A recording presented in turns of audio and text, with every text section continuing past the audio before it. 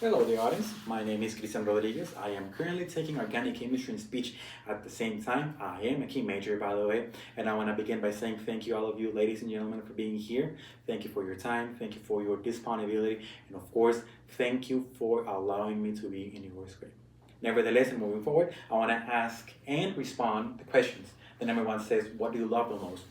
I definitely love philosophy because philosophy have teach me that reality and the understanding of an individual it's not easy. It's actually extremely complex.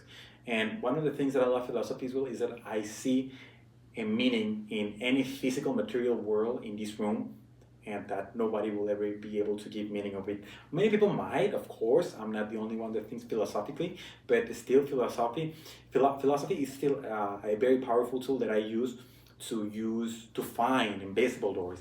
And I believe there are invisible doors in every single thing we see. Um, Moving forward, I have the second question, which is, what are you proud of? I'm really proud of being selected by Mexico to represent the same country at an international level on the fencing World Cup.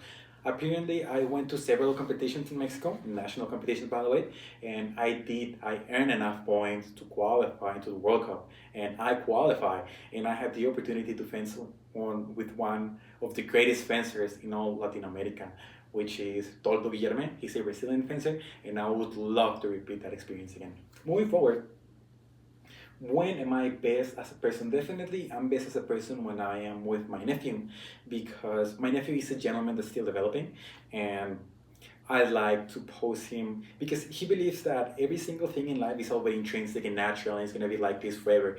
And no, I'm always trying to tell him that there are things in life that are gonna be changing. That most of the things that he see right now is contingent. Even the moral is not transcendental. And what I like to do is get into it, even if he doesn't want to. What I always do with him is by posing moral dilemmas. And he's always responding to me in a very interesting way. I mean, he's responding to me as a 15-year-old gentleman would respond to me, which is quite comprehensible, and that's what I love about him. Now, moving forward, I have how would I respond when I'm challenged? I'm not physical. I am not physical. Of course, I'm not physical. I don't like to be physical, but I am more vocal because I think that in order for you to understand something before you punch him in the teeth, it's to understand him. To why is he saying the thing that he's saying? Why is he expressing the way he's expressing? And in order to do that, you must talk to him, not only go ahead and punch him. And of course, I am very aggressive. At least most of my teachers have told me that I am quite aggressive when it's about debating and opinions and this and that. But I'm mostly vocal and argumentative. Moving forward, what do you need in order to be successful this year? I already have a certain metrics on this year on what do I want to do, what are going to be my goals, and as long as I follow those goals, I should be fine by the end of the year. On the fifth question, we have what does it mean to understand something? For me, to understand something is just not by memorizing it and that's it. That's going to be the whole thing.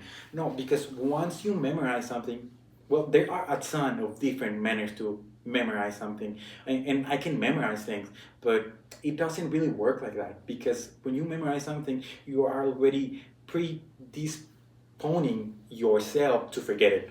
And once you understand something, when you really understand something, what it is made of, the essence of the learning, it's when you really can comprehend the thing that you actually learn and understand.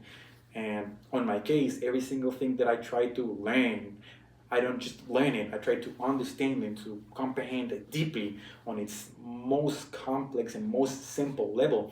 And sometimes that can be kind of annoying, but at the same time, it makes me a more complete human being. I want to move forward. So now moving forward, we have the sixth question, which is, what should your school do for you?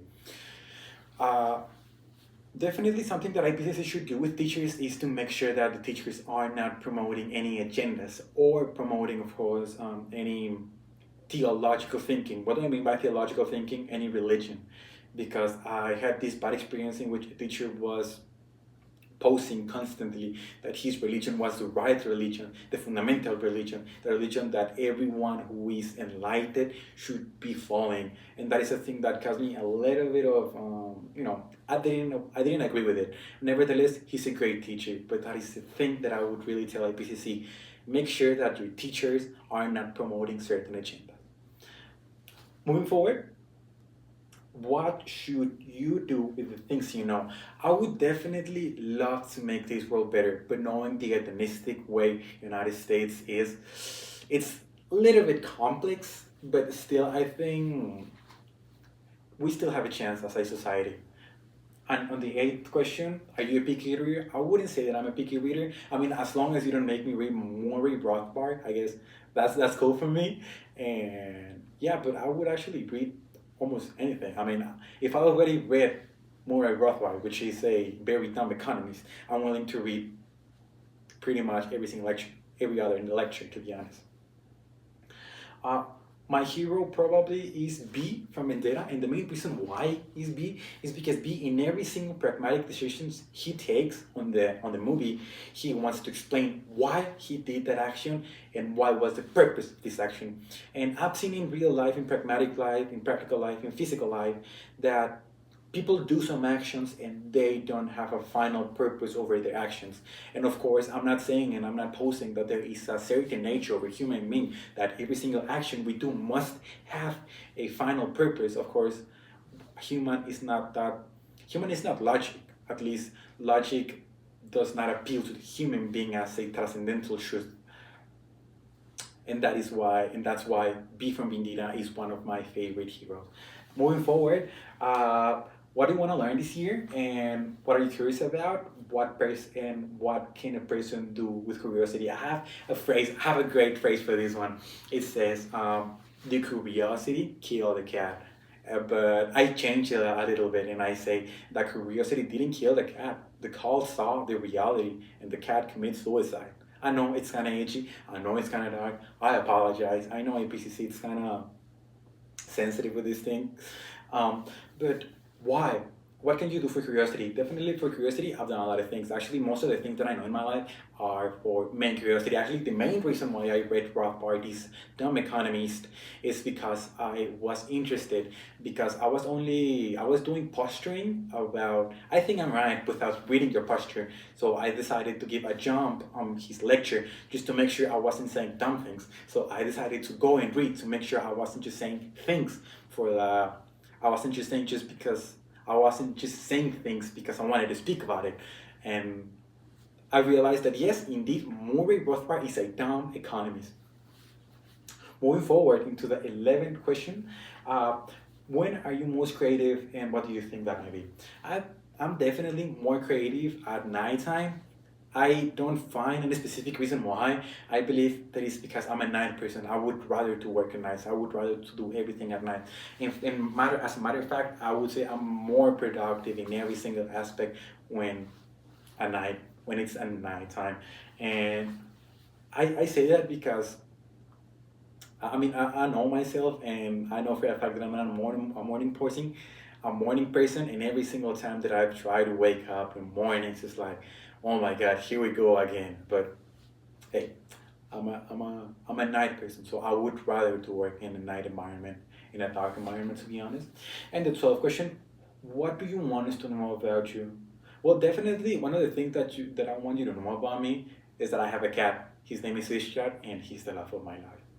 And 13, do you think you're a good student and a good learner? Is there a difference? Yes, there is a difference. I would say that's a very complex topic because in order for you to say that, you would have to say that there is an intrinsic meaning on school and education, and there is not. Because I've seen that education is commonly and sadly seen as a transactional process between the higher I go in the college, or the higher the level of education I get is going to be the higher my income. And it doesn't work like that. I mean, there are people that don't even finish high school or middle school and they are perfectly fine economically.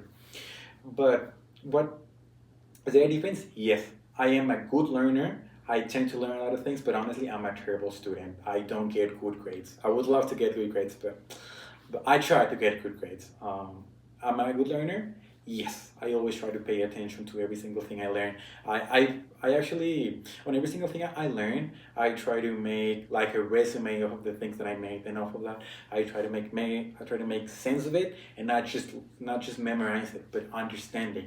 understand the essence of the thing that I am learning and writing. Otherwise, I would be just doing it for the fact of just making a homework or just writing. I think that it is quite important for us human beings to understand what we do in every single step of our life. And those were the 13 questions. Thank you, all of you. Thank you for your time. And I hope you have a wonderful evening, morning, or night. See you.